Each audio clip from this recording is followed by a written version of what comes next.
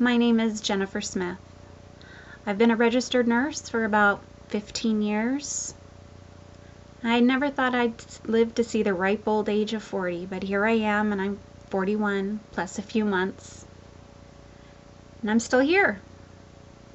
I was diagnosed at the age of 18 with neuromyelitis optica spectrum disorder. It's quite the mouthful.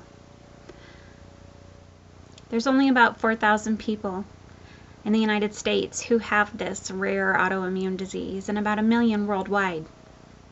The body's immune system attacks its own healthy cells, most commonly in the optic nerves and spinal cord. It can cause temporary or permanent damage. After being a quad for a while, about 9 months later, I went completely blind. I've been fortunate enough to recover most of my sight. My physical abilities come and go. It's a relapsing remitting disorder. I'm one of the unlucky ones. I've been both blind and paralyzed, as I said. I've learned to roll over, to get up on my hands and knees, to crawl, stand, and finally to walk. I'm having fun watching my grandson doing the same thing.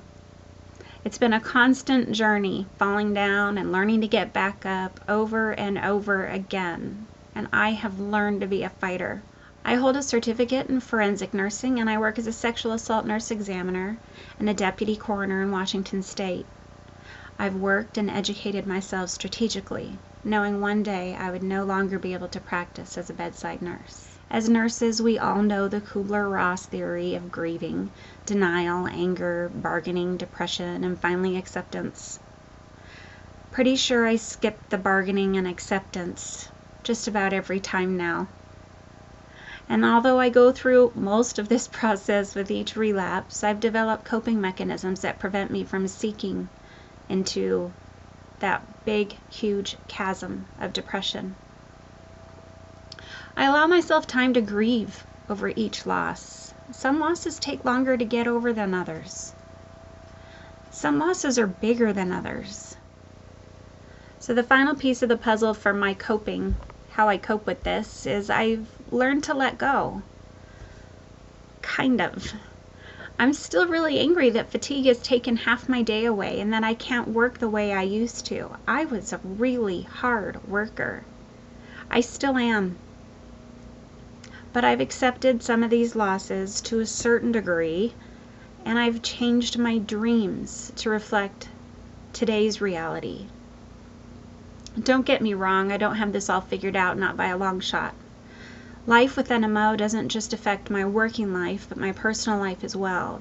It's really hard to find a balance between work, family, friends, and my health. I have to ask myself, what's living? Is it pushing myself so hard at work that I end up in a debilitated physical state, or is it staying home mentally and physically wasting away? I know the answer, but I don't always follow my own advice. It's tricky and requires a lot of planning to maintain stamina throughout the day. The moral of the story? Everyone has disabilities as well as traits that they excel at. Some nurses can't start IVs or clean up vomit. I can't do vomit. And some sweat the new electronic charting. My disability is a visible loss of physical function, but I have a gift for analyzing data and looking at the big picture. The point is, we all work together, both on our units and in our lives, to combine our strengths to create the strongest, most confident, and proficient teams we can. Despite having NMO, I've created a successful business that accentuates the positive attributes and skills that I have today. Being both a patient as well as a healthcare professional, I have a unique perspective when it comes to understanding and anticipating patient and nurses' needs.